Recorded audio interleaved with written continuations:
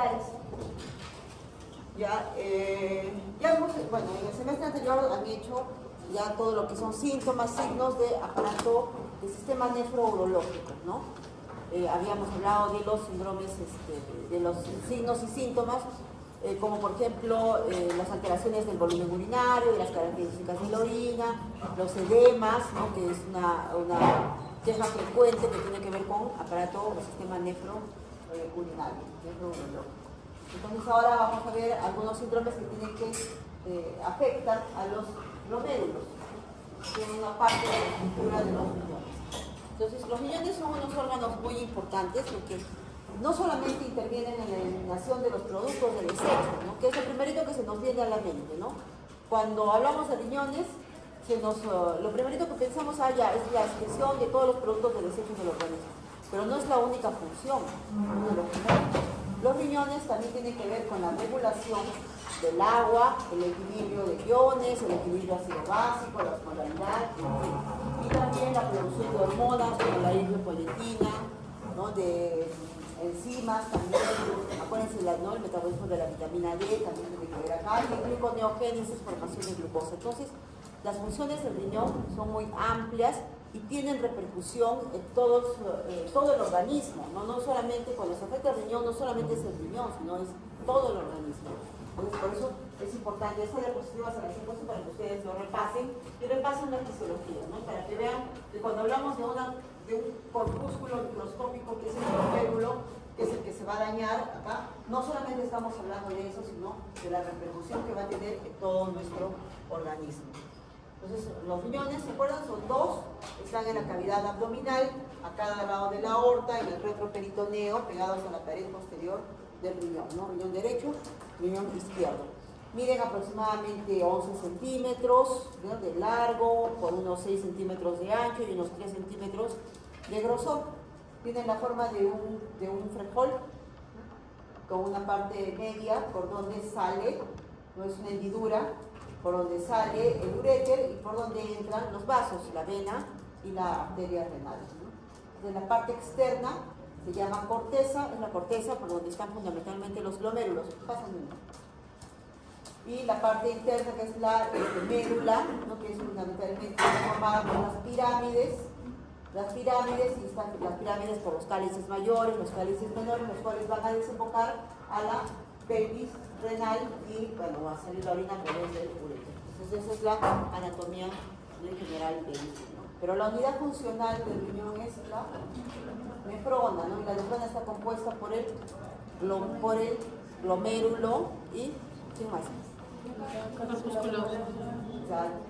El glomérulo y los túbulos, ¿no es cierto? Los glomérulos y los túbulos. Los glomérulos no es más que un acúmulo o un penachito de vasos, ¿no?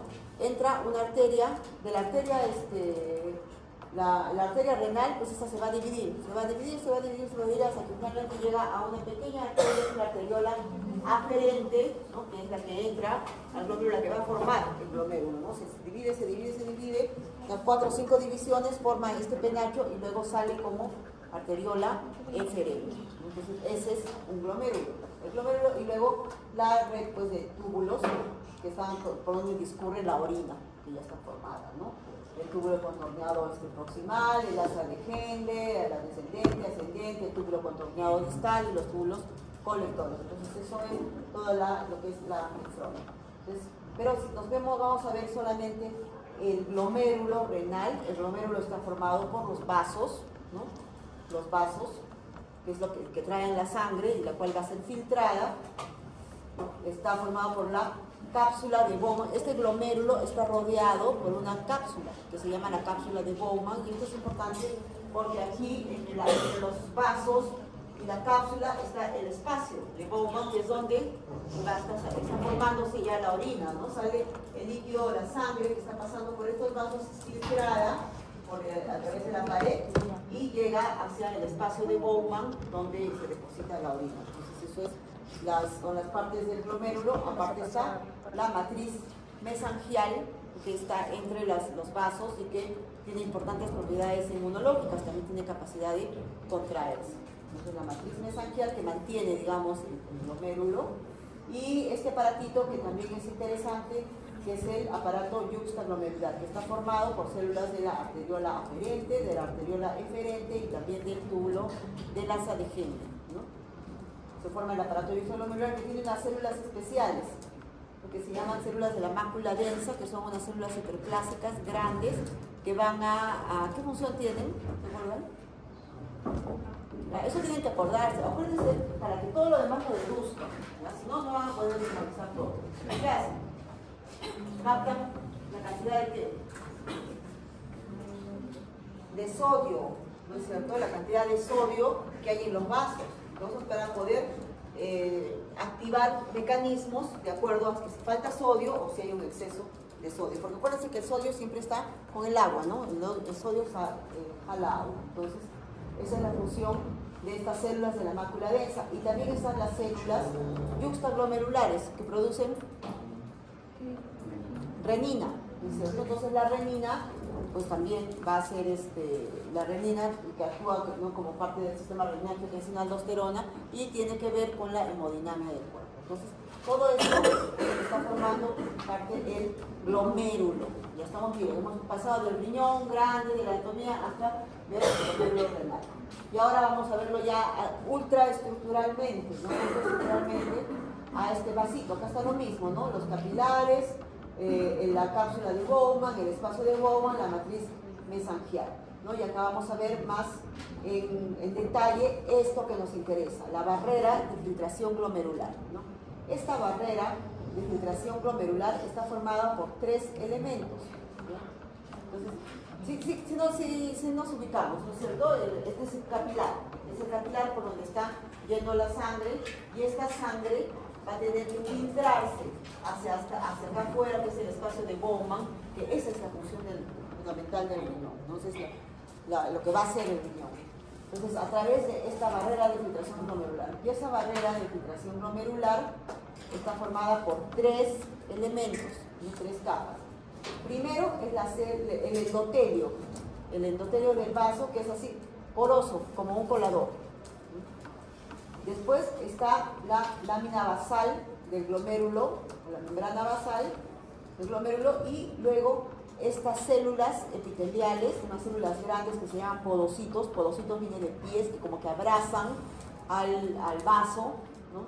Entonces, y estas 3 elementos son los que van a formar la barrera de filtración glomerular. Entonces, para que la sangre se filtre, tiene que pasar por todas estas 3 elementos, ¿ya? Entonces es importante que sepamos, que nos acordemos de esto, porque aquí, en esta membrana basal glomerular, vamos a tener las alteraciones que van a provocar los síndromes, y también en esta matriz mesangial. Muy bien, entonces cuando hablamos de síndromes glomerulares, estamos hablando de glomerulopatías, ¿no?, que son un grupo de enfermedades que afectan al glomérulo, ¿no?, originando pérdida de la filtración, en muchos casos deterioro de la función glomerular. Entonces, estos síndromes, ¿no?, estas afectaciones del glomérulo pueden llevar a que el paciente haga una enfermedad renal crónica y termine en trasplante renal. ¿Qué pasa cuando el paciente está en enfermedad renal ya terminal? ¿Qué tenemos que hacer? ¿Qué pasa con ese paciente? Va a diálisis, ¿no es cierto? Va a hemodiálisis. Entonces, estos pacientes, lo ideal es que la hemodiálisis sea una transición nada más para el tratamiento definitivo. ¿Cuál es el tratamiento definitivo? ¿Trasplante? El trasplante renal. Lamentablemente, el trasplante renal no está disponible. No hay para comprar riñones. Entonces, muchos pacientes tienen que estar en diálisis o permanecer en diálisis por el resto de su vida. Entonces, es importante por eso conocer estos cuadros, de repente detectarlos a tiempo y evitar, ¿no?, que nuestro paciente llegue a una insuficiencia, a una enfermedad renal crónica, y por tanto a diálisis. Importante, de manera académica siempre se dividen estos síndromes glomerulares como síndrome nefrótico y síndrome nefrítico, porque cada uno tiene particularidades, ¿ya? Pero en la vida real van a darse cuenta que muy raras veces vamos a encontrar un síndrome nefrótico puro o un síndrome nefrítico puro. Generalmente los encontramos digamos, mezclados, ¿no? Puede coexistir más de uno en ello, pueden tener los dos, o puede tener una característica de uno, otra característica de otro, o puede evolucionar el cuadro, ¿no? Entonces empezar de repente como un síndrome nefrítico y progresar a un síndrome evolucionar a un síndrome nefrótico, ¿no? O viceversa. Entonces pueden tener características de ambos, ¿no? Es frecuente encontrar esto.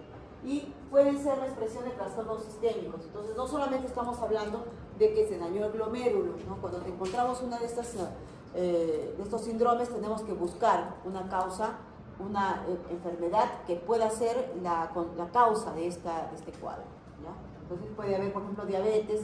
En un paciente con diabetes y que de pronto viene con edemas, tengo que pensar que ya es una nefropatía diabética y el paciente está haciendo insuficiencia renal o está haciendo un síndrome nefrótico. Un paciente con una enfermedad autoinmune, lupus, vasculitis ya conocida, que también viene con edemas de repente o con las características que vamos a ver, también tengo que pensar que podría estar haciendo un síndrome nefrótico o un síndrome nefrítico porque están relacionados. Una neoplasia, ¿no? Linfomas, por ejemplo, podrían estar relacionados, ¿ya? De los dos síndromes, entre el nefrótico y el nefrítico, la forma más común de trastorno glomerular es el nefrítico. Entonces, eso hay que tener en cuenta. Vamos a hablar entonces ahora del síndrome nefrótico después de este preámbulo, de haberlo explicado, dónde están los glomérulos, cuáles son, dónde está la membrana basal, en fin. Entonces, en el síndrome nefrótico, la alteración fundamental va a estar en el aumento de la permeabilidad del capilar glomerular a las proteínas. O sea, ¿dónde está el daño? En la membrana basal glomerular, ¿no es cierto? Entonces, esta membrana basal glomerular, ¿cuál es su función? Pues, ¿para qué está ahí? Para filtrar, es la barrera de filtrar, para que no pase, porque si no, si esta membrana no funcionaría, a mismo como es el epitelio del endotelio, ¿no? Es un colador, ¿no? Entonces, todo pasaría, todos los elementos pasarían, todas las vitaminas, las proteínas, incluso células de repente más grandes se pasarían y las eliminaríamos por la orina, ¿no? Pero no pasa eso porque justamente existe esta barrera, que no solamente limita el paso de las sustancias por el tamaño, ¿no? de un determinado tamaño, sino también por la carga, ¿sí? La carga que tiene, la carga electromagnética. Esta membrana basal tiene una carga negativa, entonces algunas sustancias que son de carga negativa las va a repeler, ¿ya? Por ejemplo, la albúmina, ¿no? La albúmina es una molécula que es grande, es una proteína grande, pero sí podría pasar por la membrana basal, si fuera solamente por su tamaño, pero por su carga negativa, y como la membrana basal también tiene una carga negativa, electronegativa, entonces se repelen y por eso es que no pasa. Entonces, pero aquí, en ese síndrome nefrótico, ¿qué está pasando? Que se perdió, ¿no? Esta membrana basal perdió su carga, aumentó su permeabilidad, los poros se hicieron más grandes, en fin, y las proteínas empezaron a salirse, ¿no? Como por su casa, y se van en la orina. Entonces, el elemento fundamental o la característica fundamental de este síndrome va a ser la proteinuria, ¿no? La proteinuria que es mayor de 3.5, acuérdense de este número. Proteinuria mayor de 3.5 gramos en 24 horas, ¿ya?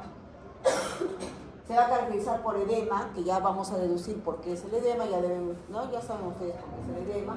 Y si hay proteinuria, se está eliminando un montón de proteínas, ¿qué va a pasar con la albúmina en la sangre? Va a disminuir, entonces vamos a tener hipoalbuminemia. Esa proteinuria es a expensas de albúmina, ¿ya? Es más albúmina, entonces va a haber hipoalbuminemia. Y también una de las características de ese síndrome es hiperlipidemia, aumento de los lípidos en la sangre, y también se van a excretar lípidos en la orina. Entonces esto vamos a ver en un momento por qué. Entonces esto ya hemos visto, la membrana basal. Ya, entonces acá tenemos más o menos lo que está pasando. Ya, aumenta la permeabilidad. Hay una lesión, ¿no? En el glomérulo, que ya sea por una enfermedad, ¿no? Que la diabetes, o por una enfermedad autoinmune, o por daños propios, ¿no? Autoinmunes también, daños propios del glomérulo, en fin, pero hay una lesión en el glomérulo que producen que aumente la permeabilidad de la membrana basal. Entonces, esto va a producir proteinuria. La proteinuria va a producir hipoalbuminemia. Entonces, ¿se acuerdan cuál era la ley de Starling que mantenía los líquidos, el volumen dentro del vaso sanguíneo? Estaba dado por qué presiones. La presión osmótica y la presión hidrostática, que tienen que estar en equilibrio, ¿no es cierto? Y la presión oncótica está dada por la albúmina, ¿no es cierto? Y si la albúmina acá se está yendo por la orina y cae, ¿qué va a pasar? Disminuye la presión oncótica y se producen edemas, ¿no es cierto? El líquido se sale, predomina la presión hidrostática y el líquido se sale al extravascular y se forman edemas, ¿ya? Entonces, esa es una explicación por la cual se forman los edemas. Pero además, también disminuye, no solamente se elimina albúmina, ¿no es cierto? Porque esa membrana basal no funciona bien. Entonces, no solamente es albúmina, sino también una lipoproteína lipasa, ¿no?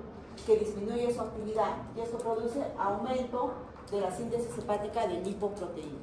¿Vale? Entonces, aumenta la síntesis de lipoproteínas y esto va a producir hiperlipidemia. Entonces, como hay mucho lípido en la sangre, también se elimina en la orina, porque como no hay filtro, ¿no? Se elimina también en la orina. Pero hay esos lípidos que están aumentados tanto en sangre como en orina, que se los vamos a ver.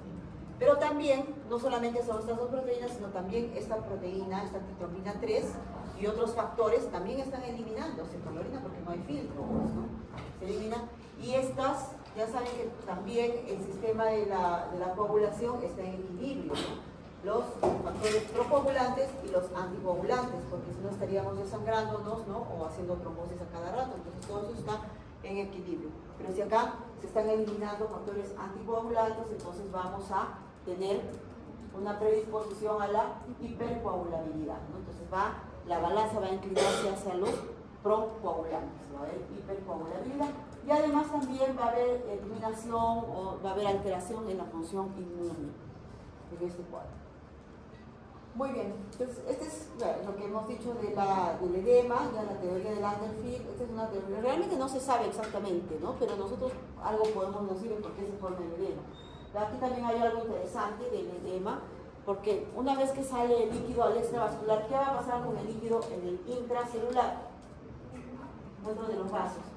¿Cómo está? Está disminuido, ¿no? O sea, hay una hipovolemia. ¿Y qué pasa cuando estos receptores están captando que hay poco volumen dentro de los vasos? Van a tratar de reabsorber todo el sodio y todo el agua, porque el sodio viene con agua, ¿no? Entonces, ¿quién se va a activar? El sistema de testosterona y también la hormona antidiurética, pues para evitar que orine, ¿no? Entonces, esto va a llevar a retención de sodio y agua y esto también va a provocar, entonces es, ¿no? Como un círculo vicioso que se genera con la formación del edema, ¿no? También hay otra teoría del overflow complicada, pero estos mecanismos de regulación del agua y del sodio en el riñón son bastante complicados, ¿no? Pero en sí, a lo que vamos a llegar es que se produce el edema, ¿no? Y es el edema característico, ¿no? Es un edema blando, que deja fovea, es un edema generalizado, ¿sí? O sea, ¿qué quiere decir? Que está localizado en dos o más localizaciones, los dos miembros inferiores, por ejemplo, y puede tender a generalizarse, ¿ya? ¿Dónde se ubica generalmente? Ese es el edema típico renal, ¿no? Que es, ¿a qué hora? ¿A qué hora? En la mañana, ¿no? El paciente amanece hinchado, amanece con su...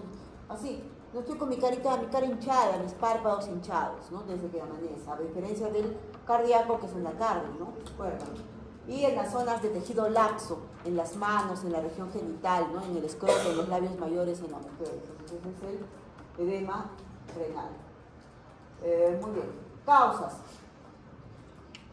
primarias, ¿no? Cuando hablamos de primaria cuando es una afectación exclusiva del glomérulo. Solamente el glomérulo está afectado. Ya hemos investigado, hemos conversado con nuestro paciente, no hay ningún otro antecedente de nada. Hemos hecho un examen físico exhaustivo, no encontramos ninguna alteración en ningún otro sistema. Hemos pedido exámenes complementarios y no, todo está aparentemente normal, no excepto lógicamente lo del síndrome nefrótico. Entonces, y estos pacientes van a tener que llegar a biopsia renal, ¿no es cierto? Entonces, el 70% del síndrome nefrótico en adultos son primarios, afectación exclusiva del glomérulo, y un 30% son secundarios, es decir, que hay una enfermedad subyacente. Ya, le encontré diabetes, le encontré lupus, le encontré vasculitis, a mi paciente le encontré una infección, que ha tenido una infección viral, en fin, ¿ya? Entonces pueden estar relacionados.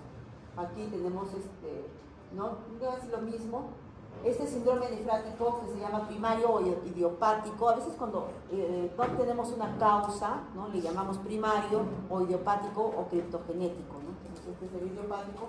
la enfermedad de cambios mínimos es responsable del 85%, ¿ya? Entonces la mayor cantidad es enfermedad de cambios mínimos, y la glomerulosclerosis segmentaria focal 10%, proliferación mesangial, entonces esa es menos cantidad, pero la de cambios mínimos. Pero estos diagnósticos se hacen solo por biopsia, ¿no? Ya cuando le hice una biopsia a mi paciente, lo llevé a microscopía electrónica, inmunofluorescencia, llegamos a este tipo de diagnósticos histopatológicos.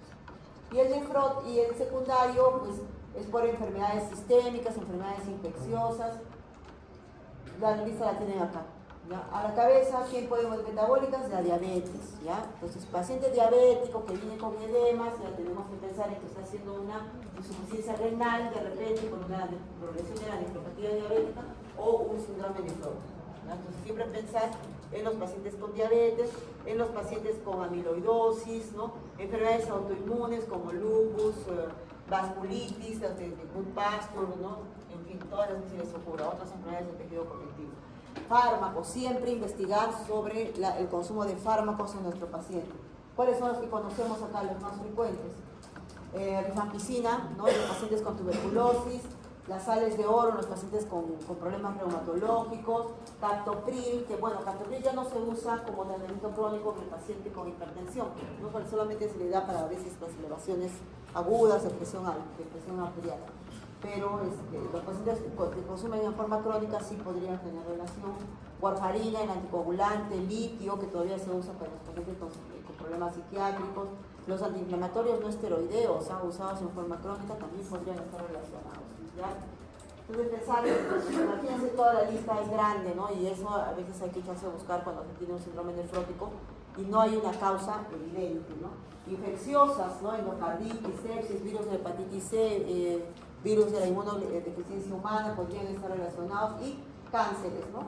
Cánceres como linfomas, ¿no? Por ejemplo, también el síndrome nefrótico podría ser la forma de presentación de un cáncer, entonces también tener en cuenta. ¿Cómo va a venir el paciente? Fundamentalmente con edema. Ya es el paciente, la queja fundamental va a ser: doctora, me hincho, me estoy hinchando. Entonces ustedes ya iban a hacer su interrogatorio, ¿no? De todo, como es el edema, qué hora aparece, echarse a buscar concomitantes, antecedentes, algo que nos pueda orientar, ¿no? La orina espumosa, ¿por qué será la orina espumosa? Por las proteínas en la orina, ¿no? Entonces eso genera espuma. Y santomas podemos encontrar también en el examen físico. ¿Qué son santomas? Lípidos. Son unas pápulas, ¿no? Son unas pápulas, ¿sí?, amarillas que se presentan en los párpados superiores, en los párpados inferiores, y que son acúmulos de lípidos, ¿no? De colesterol.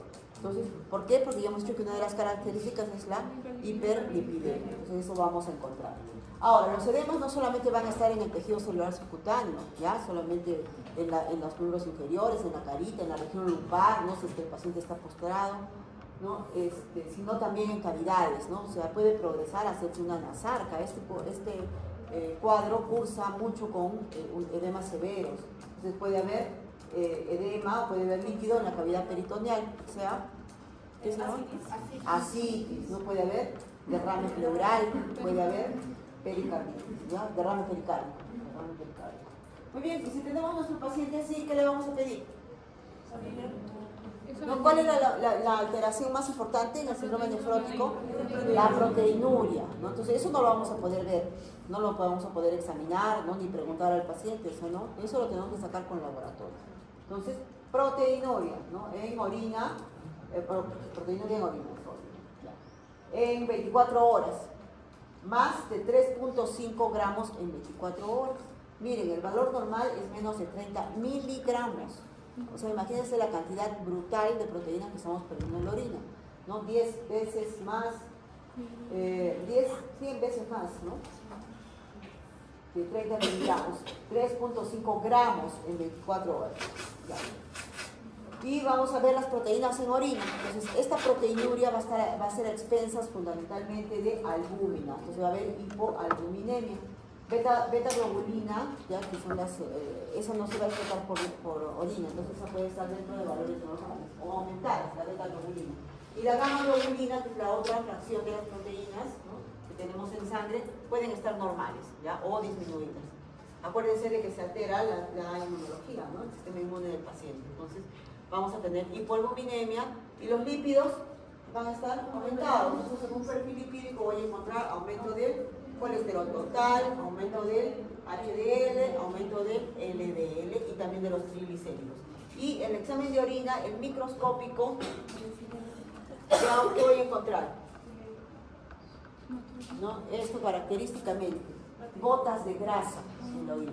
¿Ya? Entonces, un simple examen de orina que lo hacen en cualquier puesto, el centro de salud, es mirar que tenga un microscopio, y mirar la orina y encuentran gotas de grasa, entonces ya tienen ahí que el paciente está con lipiduria y con los otros síntomas y signos pueden decir que está con un síndrome nefrótico.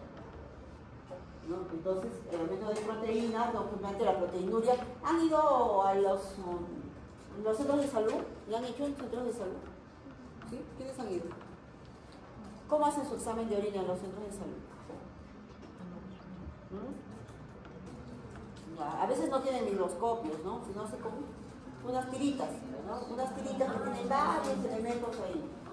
Ahí hay para ver si hay hemoglobina, si hay nitritos, si hay bilirrubina, si hay glucosa, ¿no? Entonces se sumergen en la orina y la tirita pues va cambiando de color, la comparan con una tantita que tiene. Entonces ahí puede salir porque hay un aumento de proteína. Lógicamente si lo hacemos acá en los laboratorios ya no va a salir la proteinuria, ¿no? Y los cilindros grasos y las gotas de grasa que ya hemos mencionado. La velocidad de sedimentación globular es un marcador de inflamación que puede estar elevado, va a estar elevado casi siempre, y en un inicio la urea y la creatinina, que son indicadores de función renal, van a estar normales. Pero a la larga, ¿no? Si se está disminuyendo la filtración glomerular, están alterándose todos estos sistemas de renina, angiotensina, aldosterona, todo eso, entonces a la larga sí puede haber un deterioro de la función renal. ¿Ya? Entonces, para llegar a la causa, pues vamos a pedirle al paciente el perfil inmunológico, porque estamos pensando, ya sabemos que pueden estar involucradas enfermedades autoinmunes como lupus, vasculitis, en fin, ¿no? Entonces vamos a pedir todo el perfil inmunológico de anticuerpos, una serología viral, fundamentalmente virus de la hepatitis B, C, VIH, ¿no? Que pueden estar relacionados, y finalmente la biopsia renal, que vamos a llevarla pues a la microscopía óptica, inmunohistoquímica, inmunofluorescencia, microscopía electrónica, y a pesar de lo cual a veces no tenemos un diagnóstico. Complicaciones, esto también lo vamos a deducir. Tenemos 3 tipos de complicaciones importantes en los pacientes con síndrome nefrótico: las complicaciones infecciosas, complicaciones tromboembólicas y las complicaciones renales, ¿no? Aparte renal es lo que hemos mencionado, ¿no? O sea, puede llevar a insuficiencia renal, ¿no? Crónica, paciente con síndrome nefrótico. Y en las infecciones, pues, peritonitis bacteriana, celulitis, infecciones de tracto urinario, infecciones virales, en fin. ¿Por qué? Factores mecánicos, el mismo edema. ¿Han visto pacientes con edema en los hospitales? Sí, ¿no? Hay una éstasis ahí. Y a veces el edema es tanto que la piel se esfacela, ¿no? Se rompe esa barrera de protección, entonces fácilmente el paciente hace infecciones, ¿no? Tipo celulitis de las áreas edematosas. Y también hay déficit pues, de algunos elementos como la transferrina, baja inmunoglobulina G, anormalidad del complemento, en fin, que hace que el paciente pueda estar predispuesto a tener infecciones, complicaciones infecciosas como las que hemos mencionado, ¿no? Entonces, infecciosas. Y complicaciones tromboembólicas, ¿no? Entonces, toda esta alteración, digamos que es el campo o caldo de cultivo adecuado para que haya fenómenos tromboembólicos, ¿no? Acuérdense, ¿qué pasaba con el volumen dentro del vaso de este paciente? Disminuía, ¿no es cierto? Hay hipovolemia. Entonces, esa hipovolemia hace que estos elementos de la sangre se parezcan que estuvieran más concentrados, ¿no? Entonces hay una hemoconcentración. Hay hiperviscosidad por aumento del hematocrito, del fibrinógeno. Además, habíamos hablado también de esa alteración de los factores coagulantes, procoagulantes. Entonces, esto tira la balanza hacia los procoagulantes, ¿no? Por el déficit de antitrombina 3. Alteración de la función endotelial y la hiperlipidemia, el aumento de los lípidos en la sangre también aumenta la viscosidad. Entonces esto hace que este paciente sea más proclive a presentar tromboembolismo pulmonar, accidente cerebrovascular e infarto agudo de miocardio, síndromes isquémicos coronarios. Entonces el paciente con síndrome nefrótico puede hacer fenómenos tromboembólicos como síndromes coronarios agudos. Y bueno, las complicaciones renales que ya hemos mencionado. Muy bien, ¿hasta ahí hay alguna pregunta? No, ¿no? Ya, entonces seguimos con el síndrome nefrítico. El síndrome nefrítico, la alteración, ¿dónde estaba la alteración en el síndrome nefrótico? En la membrana basal, que dejaba pasar las proteínas, ¿no? Ya, acá la alteración basal va a ser una inflamación del glomérulo, entonces y se va a dañar específicamente todo el glomérulo, ¿no? Toda la luz, colapso de la luz glomerular. Entonces las características del síndrome nefrítico van a ser oliguria, ¿no? Este síndrome nefrítico va a dañar más precozmente a la función renal, más que el síndrome nefrótico. Entonces vamos a tener alteraciones de tipo oliguria, o sea, menos de 500 mililitros de orina en 24 horas. ¿Cuánto es lo normal? 1500 a 2000, ¿no? Porque acá tenemos menos de 500 mililitros. Va a haber proteinuria también, ¿ya? Pero menos de 3.5 gramos en 24 horas, ¿ya? Porque si es más de 3.5 estamos hablando de proteinuria de rango nefrótico, entonces acá va a haber menos de 3.5 y este es de repente lo central, que a veces es la causa por la que el paciente viene a consultar, ¿ya? La hematuria. En el síndrome nefrótico va a venir a consultar ¿por qué? Por edemas, ¿no? Y acá puede ser por hematurias y también por edemas, ¿ya? Pero más se asusta el paciente pues cuando orina sangre, ¿no? Entonces por hematuria. Y vamos a encontrar hipertensión arterial y edemas, ¿ya? Pero no edemas no de tanta magnitud como en el síndrome nefrótico. Muy bien, ¿qué pasó acá? Entonces aquí hay una inflamación aguda de todo el glomérulo. Entonces ya saben que cuando hay una inflamación generalmente mediada por anticuerpos, en fin. Entonces todos están invitados a la fiesta, ¿no? Neutrófilos, macrófagos, y todos vienen con las prostaglandinas, los leucotrienos, las interleucinas, pues sí, ¿no? Y es una inflamación que daña, que empieza a dañar, a destruir todo, no más es por la inflamación de nuestras propias células, ¿no? Entonces acá se produce un daño capilar que se traduce en hematuria, ¿no? Se daña, se rompen los capilares, ¿no? Y eso produce sangrado, entonces va a haber hematuria, eso es lo que causa la hematuria y característicamente son cilindros. ¿Qué significa que haya cilindros en la orina? Cilindros hemáticos. ¿Qué significa? ¿Por qué simplemente no digo hay glóbulos rojos? ¿No está que resaltado? ¿Dónde? Cuando hay cilindro, quiere decir que tiene la forma de un cilindro. Entonces toma la forma de la estructura en la que se están formando, ¿no? ¿De dónde es el sangrado? Del túbulo. Del glomérulo. Del glomérulo. Entonces este sangrado del glomérulo va a pasar por el túbulo y va a tomar los globulitos rojos, van a tomar la forma del glomérulo y van a aparecer cilindros. Si fuera un daño por un cálculo renal del uréter, ¿vamos a ver cilindros? No, no vamos a ver glóbulos rojos, ¿no? Nada, si fuera de la vejiga vamos a ver glóbulos rojos. Pero siempre que vean cilindros, es daño del glomérulo. El sangrado es del glomérulo, ¿ya? Si hay cilindros hemáticos, el sangrado es glomerular. Ya, entonces, además de este daño que va a producir la hematuria, la hematuria puede ser macroscópica, que el paciente se asusta y viene, o también puede ser microscópica, ¿no? Que todavía no se haya manifestado tan severamente, pero el paciente viene por edemas y en el examen de orina encontramos hematuria y cilindros hemáticos. Ya, el daño glomerular. Muy bien, entonces esta inflamación también va a producir que en la membrana basal haya pérdida de la carga aniónica y aumente el diámetro del poro de la membrana basal. También va a producir alteraciones, igualito con el síndrome nefrótico, ¿no? Se altera la membrana basal glomerular y eso va a producir la proteinuria, que no es de tanta magnitud como en el síndrome nefrótico, pero que también hay, ¿ya?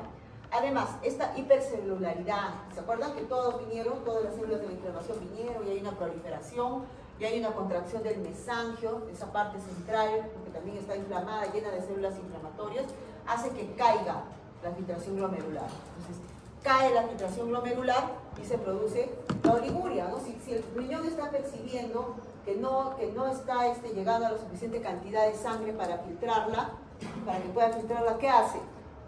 También ahorra mediante la oliguria, ¿no? O sea, disminuye, ya, no voy a eliminar tanto líquido para ahorrar, porque acá pues está fallando la tasa de filtración. Entonces se manifiesta con una oliguria que a la larga o poco después va a producir retención de cuerpos nitrogenados, o sea, insuficiencia renal, azoemia, ¿no? Azoemia. Y además esta esta caída de la filtración glomerular va a producir retención de agua y de sodio, que esto sí es muy importante, es mucho más importante. Esta caída de la filtración glomerular es muy importante y esta retención de agua, de sodio y agua también, es mucho más importante que en el síndrome nefrótico. Entonces esto va a aumentar el volumen dentro del vaso sanguíneo y va a producir hipertensión arterial y va a producir edemas. Entonces acá los edemas no van a ser tanto por la hipoalbuminemia, ¿no? Sino van a ser por qué, de las dos presiones. Por aumento, disminución de la presión oncótica, pero también va a haber aumento de la presión hidrostática porque esta retención de agua y de sodio es muy importante. Entonces acá lo tienen, ¿no?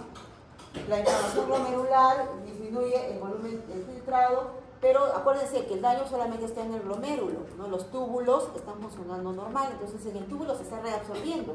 Se reabsorbe mucha agua, mucho sodio, ¿no? Se retiene agua en sodio, se expande el volumen extracelular, el volumen plasmático dentro del plasma y aumenta el gasto cardíaco y aumenta la resistencia periférica y por eso se produce la hipertensión arterial, ¿no? Entonces esa es la característica del síndrome nefrítico.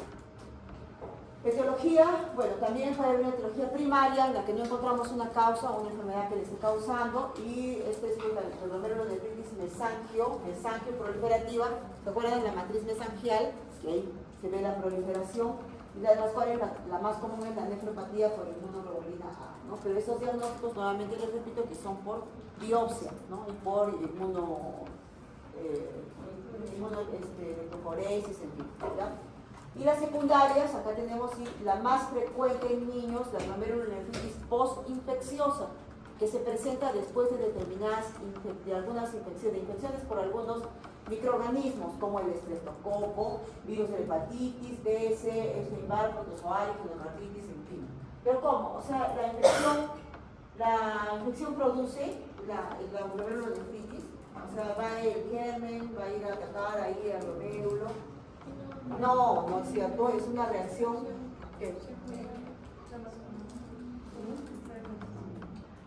es una reacción autoinmune, ¿ya? Entonces, esto es lo más frecuente en niños, ¿no? El niñito ha tenido una infección por estreptococo beta hemolítico del grupo A, ¿ya? Que puede ser una infección faríngea, que se va a caracterizar por esto, ¿no? Le miran las amígdalas y van a encontrarlas con placas verticosas. Entonces, eso es una infección por estreptococo beta hemolítico del grupo A, que se presentó una o dos semanas antes de que el niñito viniera con edemas, con hematuria, con hipertensión arterial, o sea, con un síndrome nefrítico. O tuvo una infección en la piel, ¿no? Tuvo una infección en la piel también producida por ese estreptococo que se presentó un poquito antes, ¿no? 3 a 6 semanas. Entonces, si tenemos ese antecedente, entonces estamos ante una glomerulonefritis post-estreptocócica. Entonces, es una reacción cruzada, ¿no? El cuerpo, nuestro sistema inmune reaccionó contra esa bacteria, contra antígenos de esa bacteria y pues se produjo una reacción cruzada con elementos del organismo o a veces esos inmunocomplejos, no antígeno-anticuerpo, pues fueron y se depositaron al riñón, ¿ya? Eso es lo más frecuente.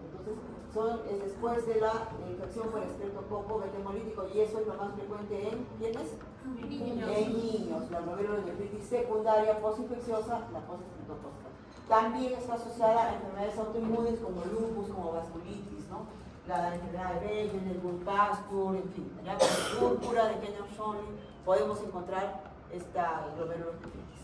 Entonces acá tienen, ¿no? Son inmunocomplejos, ¿no? Inmunocomplejos que se forman contra los elementos del glomérulo o que se forman en la sangre y se van a depositar al riñón, al glomérulo y que van a provocar pues toda esta inflamación. Para que lo revisen. Muy bien, ¿cómo se va a manifestar? Pues por edema, ¿no? El paciente, como les dije, va a venir con edema o va a venir por la hematuria, eso es lo que le va a llamar la atención. Y a diferencia del síndrome nefrótico, en que teníamos más bien hipovolemia, acá vamos a tener hipervolemia, ¿no? Entonces, ¿cómo puede venir?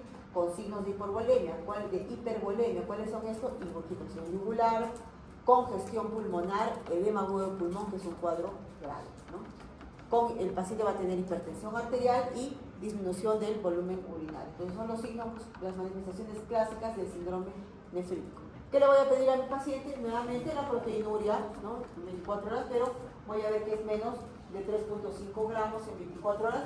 Y en el examen de orina voy a encontrar característicamente la hematuria dismórfica con estos eritrocitos medios deformes y los cilindros hemáticos que ya me está indicando que la hematuria, el sangrado ¿desde dónde?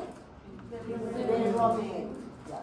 Función renal, acá hemos dicho que sí, ¿no? La alteración o el daño a la función renal es más precoz.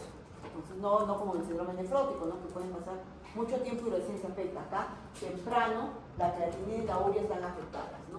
Y puede haber una disminución de la depuración de creatinina. La excreción fraccional de sodio es menos del 1%, ¿ya? ¿Por qué? Porque está reabsorbiendo, ¿no? Todo, no excreta, no se excreta sodio, ¿no? El riñón está reabsorbiendo todo el sodio porque está sintiendo que la tasa de filtración glomerular ha caído, entonces no se excreta sodio en la orina. Esto es característico también. Y en el hemograma va a haber una disminución de la hemoglobina y el hematocrito. ¿Por qué? No, no es tan intensa y es una hematuria glomerular, ¿no? Por la hipervolemia, ¿no es cierto? Como hay aumento del volumen, hay una hemodilución y por eso hay una disminución de la hemoglobina y el hematocrito. No es que el paciente esté anémico, ¿ya?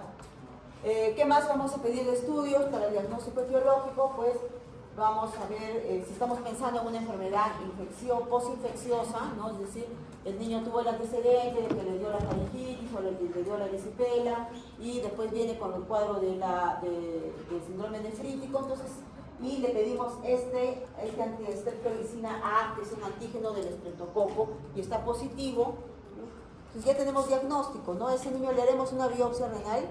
No, no es cierto, porque ya tenemos un diagnóstico bastante de certeza, ¿no? Entonces, más bien observaremos y veremos pues que no se complique, ¿no? Y complementos, C3 y C4 están disminuidos. Como siempre es una reacción inmune, se consume mucho complemento y vamos a encontrar disminución de C3 y C4. Y en las enfermedades, y también, pues como hemos dicho que está muy relacionada con enfermedades autoinmunes, este síndrome nefrítico, pues vamos a pedir los anticuerpos, ¿no? Del perfil inmunológico, anticuerpos anti-DNA para ver lupus, anticitoplasma, antimembrana basal glomerular, en fin, ¿no? Y finalmente vamos a llegar a la biopsia renal, a pesar de la cual a veces no se encuentra el diagnóstico. Complicaciones del síndrome nefrítico. A diferencia del síndrome nefrótico, acá vamos a tener complicaciones por la sobrecarga de volumen, ¿no? Entonces ya hablamos de la insuficiencia renal aguda que se da en una etapa precoz y además esta sobrecarga de volumen puede llegar a insuficiencia cardíaca que el paciente puede venir con edema agudo del pulmón, que es un cuadro muy serio, ¿no? Y la hipertensión arterial, que también puede traer las complicaciones propias de la hipertensión arterial, encefalopatía hipertensiva, infarto agudo del miocardio, un accidente cerebrovascular hemorrágico, ¿no? Como complicación de la hipertensión arterial. Muy bien, ¿preguntas? No hay preguntas, ya chicos. Gracias.